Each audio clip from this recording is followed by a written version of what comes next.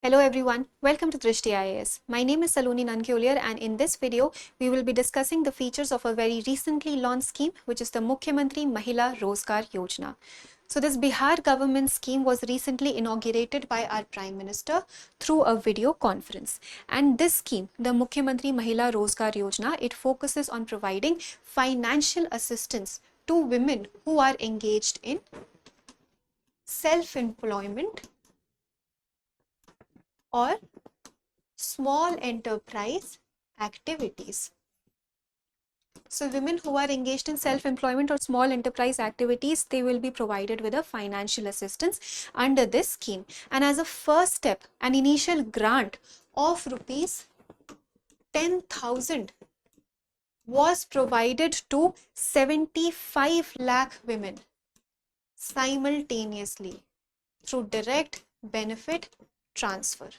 So this transfer, it happened, PM Modi transferred the amount 10,000 rupees to 75 lakh women simultaneously, and he mentioned that this transfer was made possible due to the Pradhan Mantri Jan Dhan Yojana, because of the immense financial inclusion that this could bring in, that now a lot of people, like most of the people, they have bank accounts, and these women also, they had bank accounts, these eligible beneficiaries, they had bank accounts, and because of that bank account availability, this direct benefit transfer was possible, and this huge amount like 10,000 rupees to 75 lakh women was transferred simultaneously. So this is what happened at the launch. But now let us look at the key features of this scheme, like who are the beneficiaries, what occupations are allowed, etc.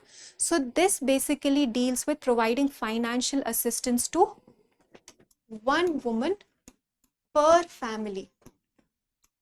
So this 10,000 rupees, it was provided to one woman per family in Bihar. No BPL, no other economic criteria. There are something else that have been defined, but there was no BPL criteria here. One woman per family. And she should be a resident of Bihar. Obviously, she should be a resident of Bihar. Then neither her nor her spouse should be a income tax payer. So this was the only economic criteria which was defined, but no BPL categories were defined here. So neither her nor her spouse should be an income tax payer, and neither her nor her spouse should be engaged in government employment. So they should not be government employees. So if all these criteria are fulfilled, and one more thing, the Jivika website basically talks about all these different criteria. The age group was also defined, 18 to 60 years. So when all these criteria will be fulfilled, they will be classified, they will be qualified to be an eligible beneficiary. And when we talk about the occupations, first and foremost, they must be associated with a self-help group, because we are talking about self-employment and small enterprise employment. They must be associated with a self-help group or these Jivika groups. And if they are not, then they must first join a Jivika group, and after that they can apply, they can register to be an eligible beneficiary. And all sorts of occupations are allowed here, like you have tailoring, weaving, handicraft, agriculture, allied activities like poultry, all these things are allowed. And if anybody wants, like an initial grant was provided, which was rupees 10,000. But that is not all. If even after this 10,000, more loan needs to be provided. And please be careful, this is a grant, this was not a loan. But after this, financial assistance, maybe in the form of loans, can be provided up to rupees 2 lakh. And this will be decided by these Jivika groups, by these self-help groups. So financial assistance initially 10,000, but it can be expanded to 2 lakh rupees depending upon the needs of the enterprise. And all sorts of occupations are allowed, but they must first be associated with a self-help group. And the association with Jivika is very much important, because this is a credit society, like the Nidhi Jivika Credit Society.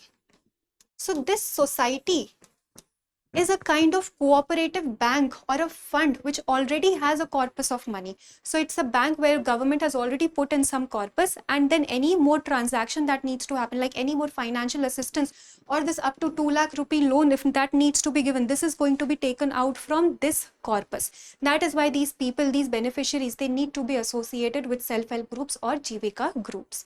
So this is what the scheme intends on doing, and it's a step in providing financial assistance to all these people, to all these women basically, so that they can feel empowered and they can be employed on their own terms.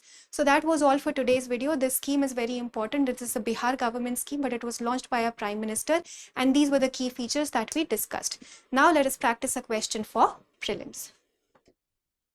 Which of the following statements about the Mukhyamantri Mahila Rozgar Yojana is or are correct? 1. It provides an initial grant of rupees 10,000 to women beneficiaries. 2. The scheme targets only below poverty line women. Choose the correct options. 1 only, 2 only, both 1 and 2, neither 1 or 2. Please provide your answers in the comment section, and we will meet in a new video. For more informative content, like, share and subscribe, and do not forget to press the bell icon to get the notifications.